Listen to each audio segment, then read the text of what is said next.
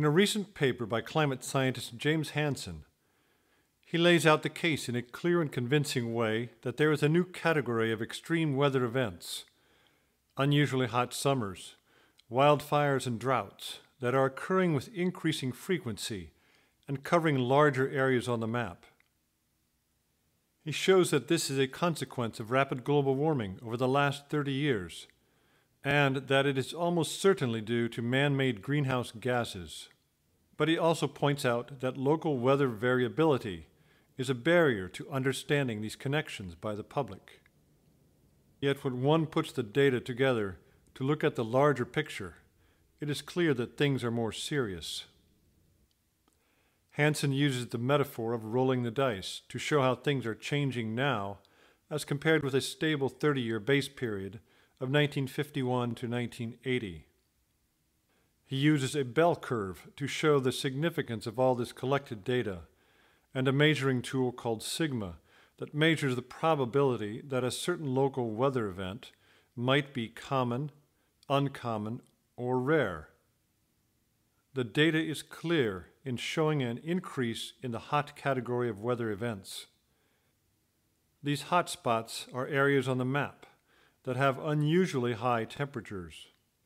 These include heat waves and drought in Oklahoma, Texas, and Mexico in 2011, and a larger region encompassing much of the Middle East, Western Asia, and Eastern Europe, including Moscow, in 2010. He shows the unmistakable association of global warming to extreme weather conditions. And secondly, although the study was not designed to prove the cause of global warming, there were predictions from man-made greenhouse gas studies that have paralleled the actual global warming, leaving an extremely strong case for greenhouse gases as the primary cause. Hansen't is obviously disappointed in the media, who have failed to mention or examine the connection between these extreme weather events and global warming. He asks, is this reticence justified? The following comments examine this disconnection. Why are the media reticent? Why can Hansen't connect the dots where the media have failed? People in the media are not bad people. Many of them are very intelligent. It's not a lack of smarts. One of the reasons seems to be structural and related to their main source of funding, which comes from advertisements. Ad agencies don't want the viewers or listeners to get upset. They might tune out. We all do this. If something makes me feel uncomfortable, I shut it off. If it's related to something that doesn't concern me, then it's not my job. I tune it out. We often suppress thoughts about the risks that surround us, simply in order to function. Getting into a car has risks, but we don't dwell on them. A sponsor who is paying the media may not like talk about climate change, and so the sponsor will exert pressure to stop it. This happens only a few times before the media becomes self-censoring. What does this mean? This means that mainstream media will never lead the way in finding answers to long or difficult issues, especially those that require a change from the status quo, although they may report the story after the fact. There are some business and professional journals that do not depend so heavily on revenue from advertisements, primarily because their readers need the information for their job, and they are willing to pay for it. But business journals don't usually report on climate change. When they do, the stories seem to have a definite spin, some connection to a business or financial interest. For now they feel safe. They feel no vested interest. So we are left with a situation in which most of the media, including social media, are compelled to allow sponsors to push ads in your face. Can you imagine the president asking for a report and having to wait 30 seconds for an ad? This does not mean that those around the president don't have their own agenda, often financed by outside interests. But hopefully the president can set up those groups around him to balance it out. This brings us back to the question, is it necessary for the public to recognize and to do something about climate change? If so, we need to think about how information is processed and how structures can influence that process, giving us information that is either useful or not. Even brick and mortar structures can influence a conversation. The air-conditioned tunnels that connect buildings in Washington influence the conversation that goes on in those tunnels. Maybe they talk about legislation, or maybe a new restaurant they found. They probably do not talk about the hot weather, however, unlike people in Texas and Oklahoma and Kansas, where they had week after week of over 100-degree temperatures, and their cattle and crops were dying. To people in air-conditioned tunnels, talking about hot weather is nonsense. It doesn't reach their senses. They don't feel the heat. Structures influence the process of information gathering. It influences how we talk and what we talk about, the content of conversation. Our Constitution is a kind of structure. It lays out a government with 3 branches. It is inconceivable that changes in this structure would not greatly influence the process and the results. Public awareness and action for climate change will require better information structures in order to find and move useful information on climate issues. How to build these structures is a real problem. It could be an area of study in itself, but not many people look at it very seriously or very creatively. Scientists write papers. They want recognition. Politicians and their advisors want power. Religious leaders want followers. Bloggers and editors want readers. And business people need buyers. They need to make a profit. That's just the way it is. If you listen to any person who works for an organization, much of their shared information goes through a kind of filter. They might literally be one step away, but their filter can change useful information into useless information. How do you know? Unless you already have knowledge or experience in that area. You may not want to throw that information away, but you will need to compare it with other sources. Businesses usually do not have a vested interest in the sustainability of any particular neighborhood community, not a direct vested interest. One can dismantle a business and reconstruct it elsewhere. Not so easy to do with a neighborhood community. That community has a direct vested interest in food and water and other resources that help to sustain it. But there is a resistance to some information at the local level, too. Finding the right structures and processes can help overcome this resistance. In fact, the difficulty of the climate issues might be a measure of how difficult it is to talk to neighbors about long-term issues in a relatively slowly changing environment. Not my job used to mean the same as not my problem.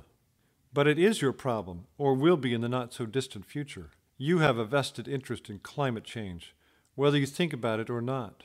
It's not a passing fad, like many in the media seem to think. Do our leaders have a plan? Maybe they're just not telling us. On the surface, it appears that they are not taking climate change very seriously. They might make gestures for political reasons, but do we know what they believe? What can and should the public do when their leaders are out to lunch? People want to know, what does my driving my car have to do with the melting polar ice caps? It's not easy to answer, nor is it easy to prove beyond a reasonable doubt. But is that what we need? Proof beyond a reasonable doubt? That's the standard in court, but that's not the case here. We have to be more proactive in finding what is likely to happen. How do we as individuals assess risk? Hansen't uses the image of rolling the dice. This is fairly clear to most people for showing probability and risk. Hansen't also uses the bell curve to help answer the question, are we the only ones who feel the heat? In this bell curve, going to the left is colder and going to the right means getting warmer. This can be done on a day-to-day basis, or an average from 1 week or 1 month, or a seasonal average.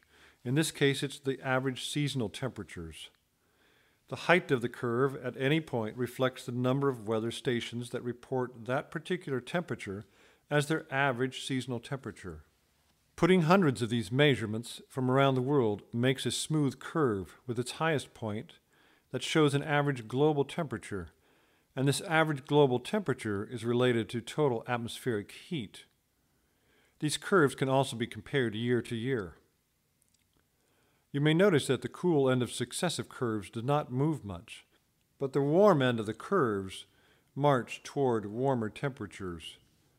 This shows on a worldwide scale that there is now a wider range of temperatures, and some of these temperatures are extreme. How extreme? How does one measure it? And is it important to me? Do I have a vested interest? Hansen't helps to answer this by using the sigma tool, which, as mentioned before, helps to show how common or uncommon an event might be. It is a way of describing how far your measurement is from the average and how many other measurements are out there with you. Sigma is a kind of story.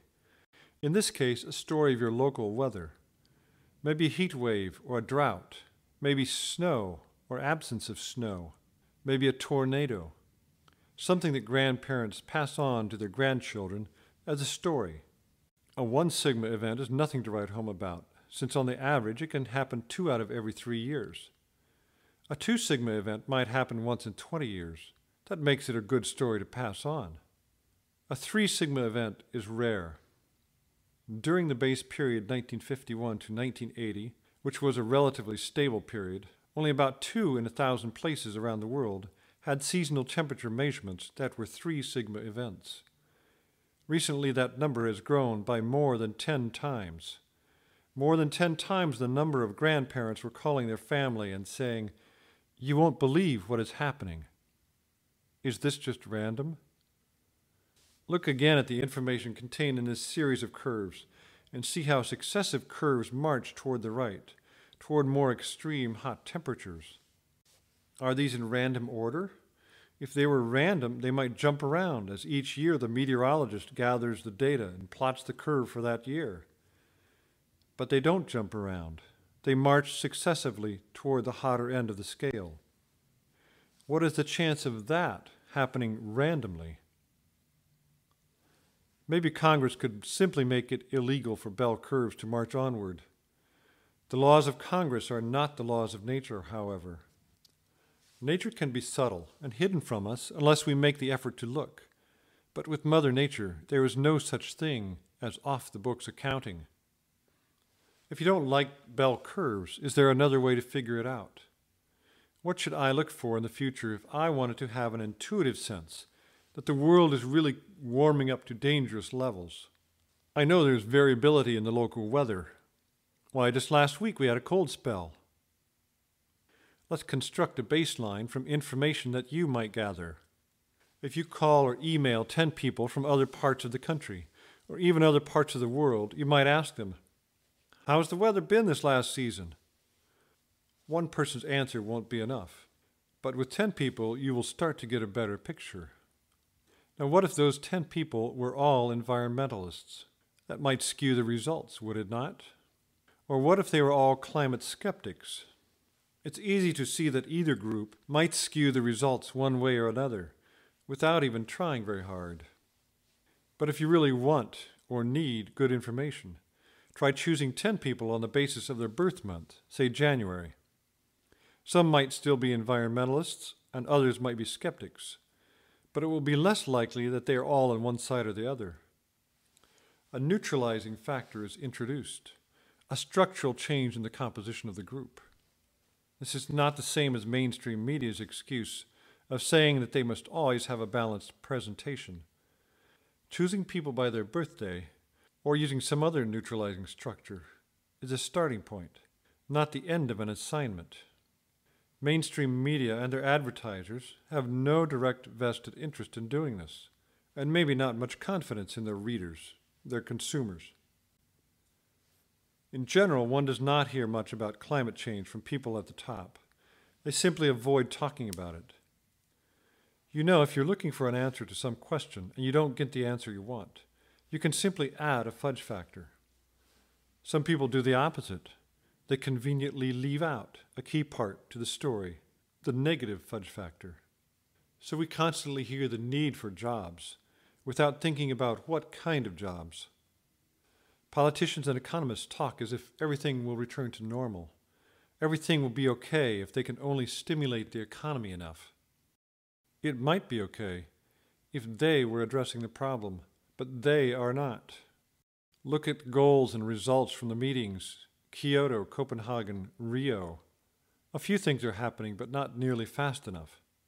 On the other hand, to make things worse, some climate changes, such as the melting of the polar ice caps, are coming at us faster than previous estimates. Climate change is a problem that is bigger than any one individual can grasp. Even finding useful information takes a concerted effort. Here's an interesting question. If we found some way to decrease carbon in the atmosphere, could we reverse global warming? I'm sure some experts have already lined up on one side or another of this question. This question is a content question, and you might get an answer, but is it the right answer? How would we know? If we want a good answer to this question, we may have to help figure out how to set it up, just as a scientist or student sets up an experiment. If the experiment, the structure, is not set up correctly, you may get results, but you're not quite sure what the results mean. If we are able to connect the dots, if we understand the scope of the problem and what is at stake, we still need to do something about it. So again, what to do? This is not an easy answer either. The ever-skeptical scientist Richard Muller makes a good case when he says that we must do the big things first. He points out that doing minor things can be a distraction. Many of the things we call green are only a distraction and allow people to feel that they are doing something for the environment, when in reality they are doing very little. Some experts say that the total population on Earth is not as important as the increasing standard of living of those who are now living at the bottom.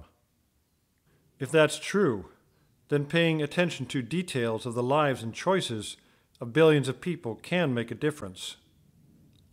So do the important things, the big things, first. According to Muller, there are at least two big things that we must do. Number one, help China convert from coal to natural gas. And number two, improve energy efficiency. Is democracy up to the task? Policy changes at the top could be very helpful, even essential. But we also need public awareness and action. Governments will need the help of citizens in new ways, not just voting. In the short run, we must get the big things right, and fairly soon. We don't want to hit a wall. If we use up our resources, including financial resources, to deal with damage done by extreme weather, then we're getting too close. When you hit a wall, things do not go as expected.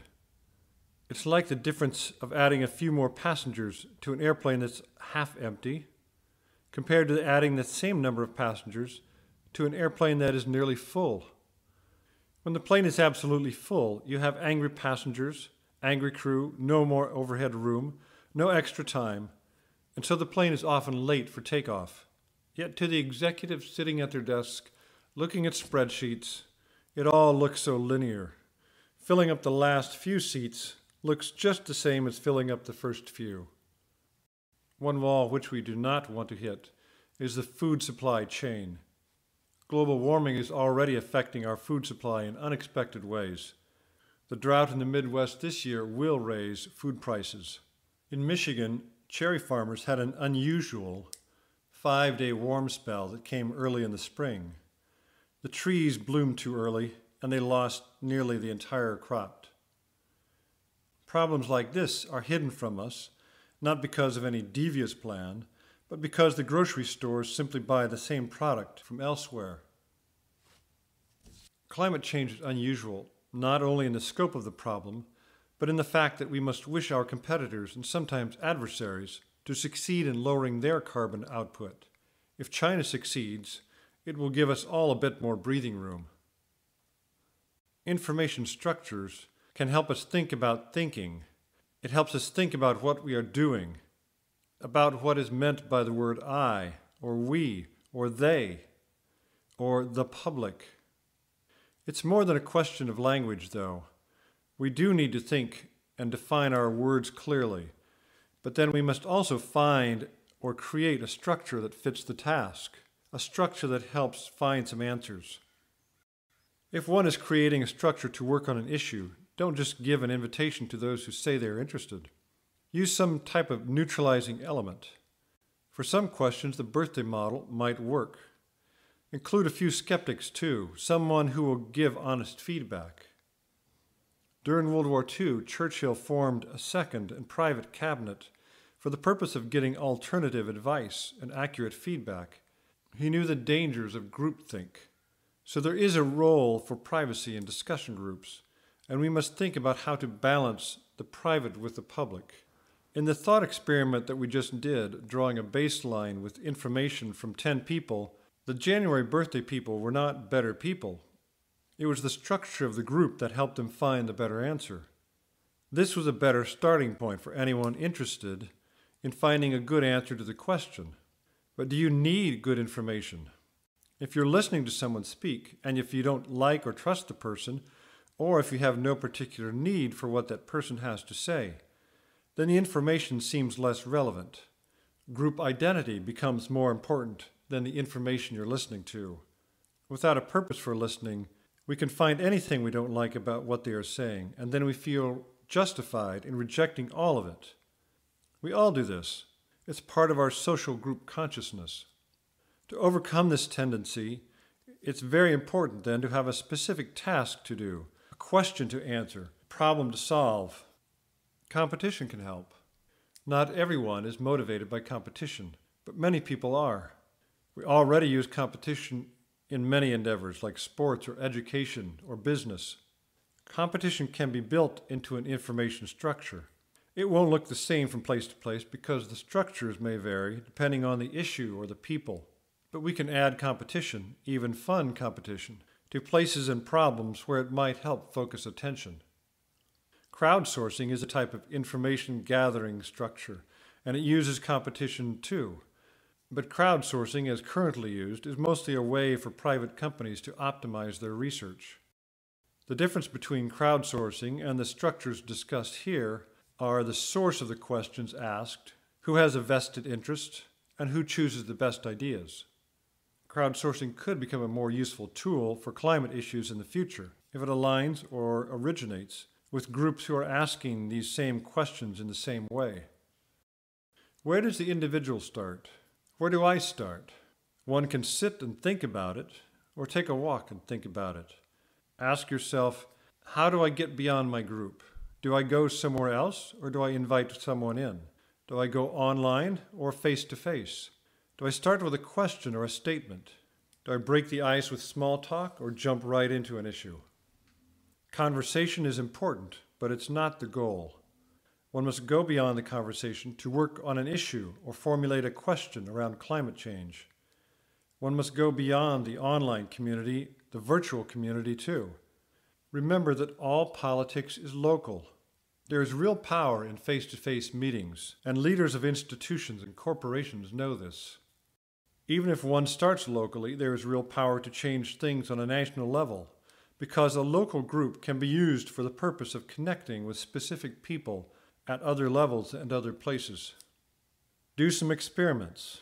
If one were to start and test an information structure, maybe using a birthday model, one might suggest that the January group attempt to engage people at the leadership level. It's still the big fish in the pond, and it could be a game changer in the positive sense, to get politicians to talk and work on climate issues. So the task for January is to engage the politicians. When you engage leaders, don't settle for only content answers. Ask structure and process questions. Ask them, how are you going to approach the problem? Who will you involve in the information gathering? How will you measure it? What will you, Mr. or Ms. Politician, ask us to do? Us the public and us in small groups. What will you ask us to do to help find specific answers to climate issues? One must expect good answers and follow up with that politician if they don't engage. If that's the task for January, what might the February people do? I would give the February group a thought experiment. All they have to do is talk with each other, think about it, and maybe talk some more. The February task is to address this question. If the January group fails because the politicians are unable to listen, then what?